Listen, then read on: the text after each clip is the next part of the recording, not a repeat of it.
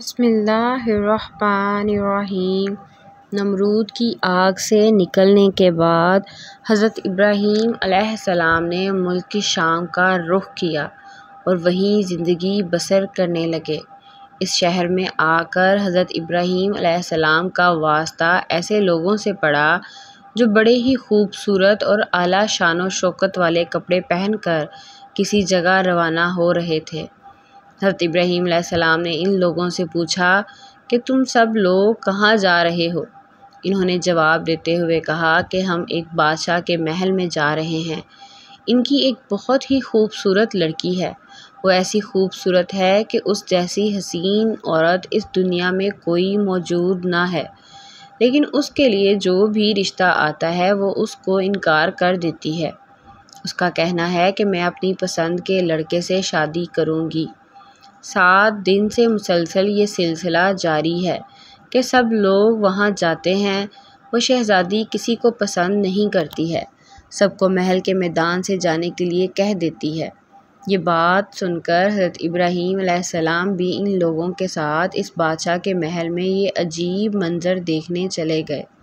جب سب لوگوں اس محل کے میدان میں آ کر بیٹھ گئے تو وہ شہزادی اپنی نوکرانیوں کے ساتھ بہت اچھے لباس اور چہرے کو ڈھانپ کر ایک بڑے سے برتن میں سونے چاندی کے جواہرات لے کر معمول کے مطابق سب لڑکوں کو دیکھنے لگ گئی۔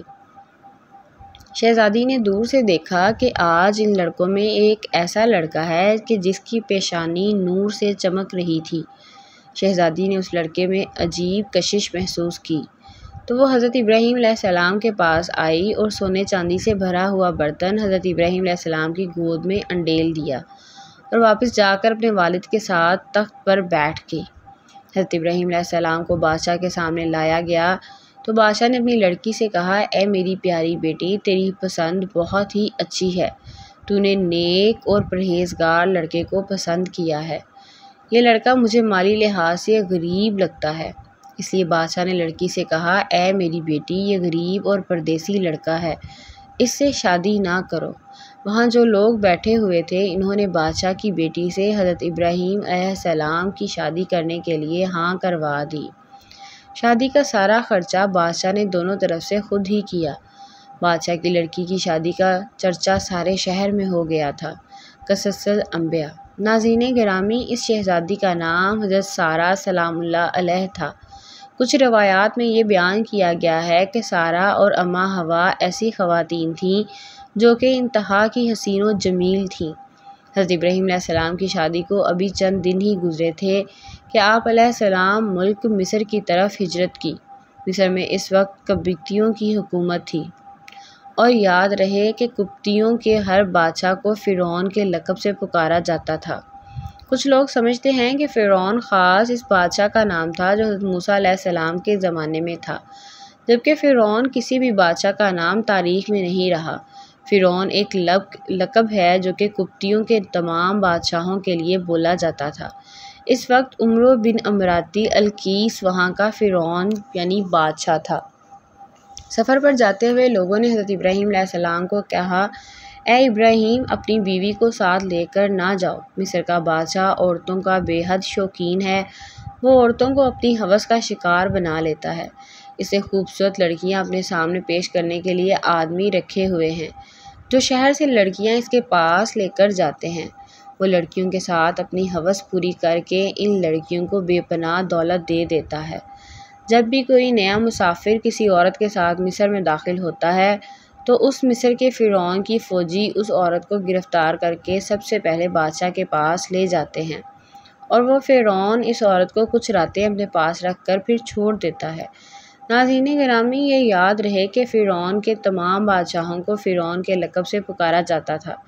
لوگوں کی بات کو سن کر حضرت ابراہیم علیہ السلام کے دل میں یہ بات آئی کہ میں تو کافی بوڑھا ہو گیا ہوں اور سارہ بے حد حسین و جمیل ہے، ایسا نہ ہو کہ جو یہ لوگ کہہ رہے ہیں وہ سچ نہ ہو جائے۔ اس ڈر سے حضرت ابراہیم علیہ السلام نے ایک بڑا سا صندوق لیا، اس میں اپنی بیوی کو بند کر کے صندوق کو تالا لگا کر ایک اونٹ کے اوپر رکھ دیا۔ جب حضرت ابراہیم علیہ السلام قافلے والوں کے ساتھ شہر میں پہنچ گئے تو شہر والوں نے صندوق کو کھولنے کی کوشش کی۔ حضرت ابراہیم علیہ السلام نے شہر کے لوگوں کو صندوق نہ کھولنے کے لیے کہا اور فرمایا کہ تم اس صندوق کو مت کھولو، اگر تم کو اس کے بدلے سونا چاندی بھی وصول کرنی ہے تو میں وہ بھی دینے کو تیار ہوں۔ جب شہر کے لوگوں نے حضرت ابراہیم علیہ السلام کی یہ بات سنی تو ان کے دل میں یہ بات آئی کہ اس صندوق میں ایسی کیا چیز ہے جس کے بدلے میں یہ آدمی ہم کو سونا چاندی دینے کے لیے تیار ہو رہا ہے۔ انہوں نے کہا کہ ہم اس صندوق کو ضرور چیک کریں گے، اس میں کیا ہے۔ شہر کے لوگوں نے ضد کرتے ہوئے اس صندوق کو کھول دیا تو انہوں نے دیکھا کہ ایک حسین و جمیل عورت اس صندوق میں بند کی ہوئی ہے۔ انہوں نے کبھی اتنی حسین و جمیل عورت نہ دیکھی تھی۔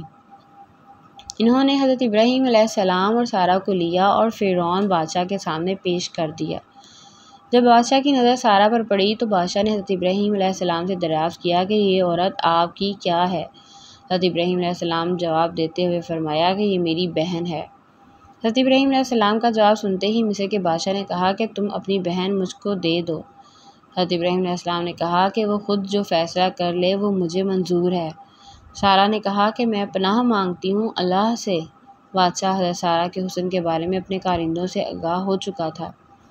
اس کی نیت جو پہلے ہی خراب تھی وہ اب اس کا ارادہ اور زیادہ برا ہو گیا۔ اب اس نے حکم دیا کہ اس لڑکی کو نہلا دھلا کر لباس فاخرہ پہنا کر میری خلوت گاہ لے آؤ۔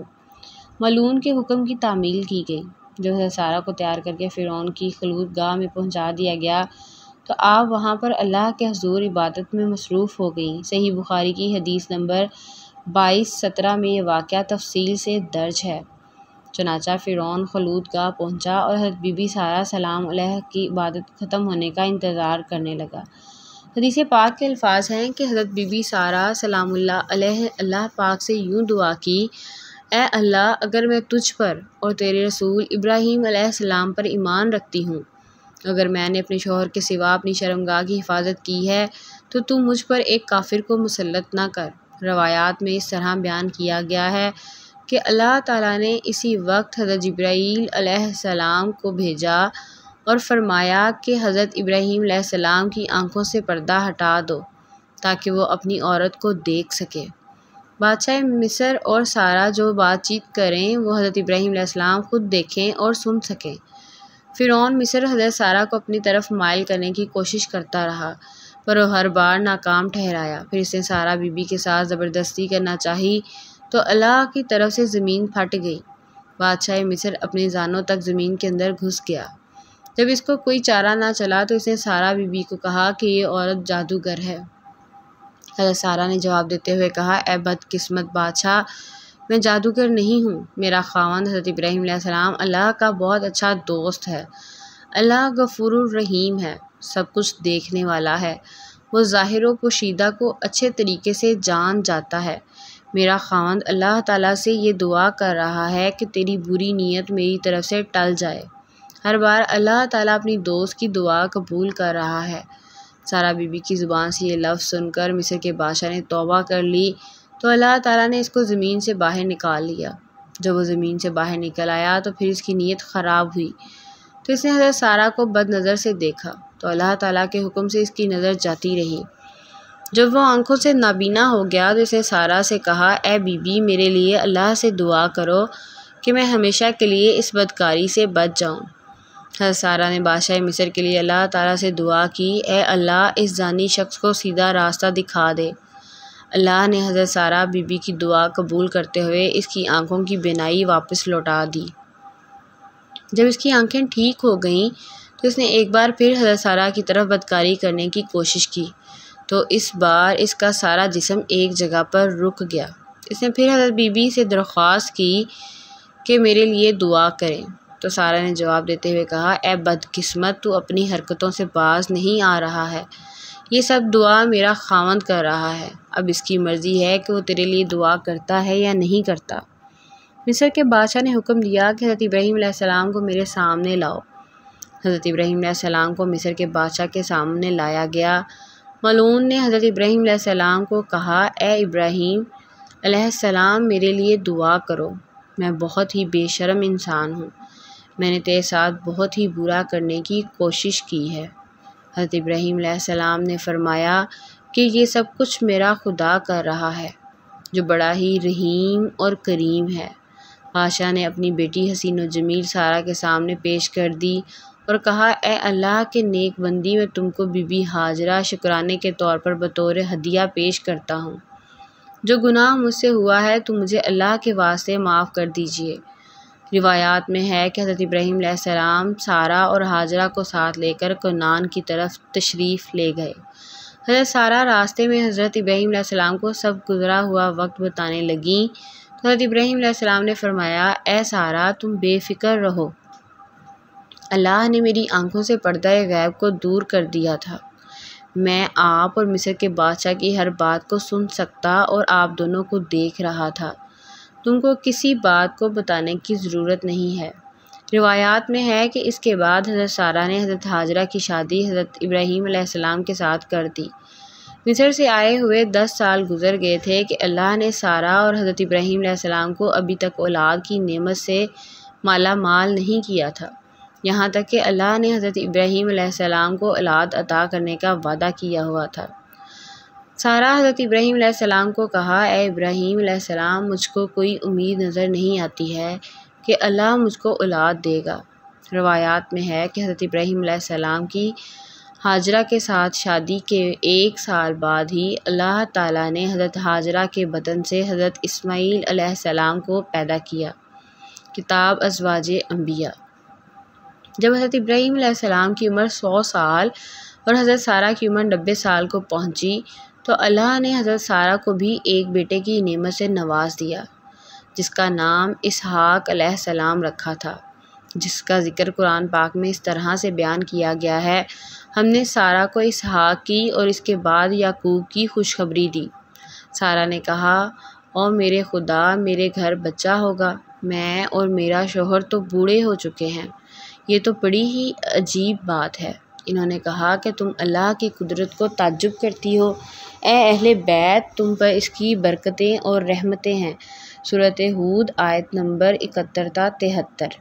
روایات میں ہے کہ جب حضرت اسحاق کی ولادت ہوئی تو حضرت اسماعیل علیہ السلام کی عمر تقریباً 13 یا 14 سال کی ہوگی۔ کچھ روایات میں حضرت ابراہیم علیہ السلام کی ان شادیوں کے علاوہ 2 اور شادیوں کا ذکر بھی کیا جاتا ہے۔ حضرت ابراہیم علیہ السلام کی 4 بیویاں تھیں۔ روایات میں ہے کہ حضرت سارہ کا جب وصال ہو گیا تو حضرت ابراہیم علیہ السلام نے تیسری شادی کر لی تھی۔ تیسری بیوی کا نام کنتورہ تھا۔ اس بیوی سے حضرت ابراہیم علیہ السلام کو اللہ تعالیٰ نے 6 لڑکوں سے نوازا تھا۔ اس کے بعد حضرت ابراہیم علیہ السلام کے نکاح میں ایک عورت بھی آئی جس کا نام حجورہ تھا۔ روایات میں ہے کہ اس عورت کے بطن سے اللہ نے حضرت ابراہیم علیہ السلام کو 7 بیٹوں کی خوشی سے مالا مال کیا تھا۔ کتاب ازواج انبیاء۔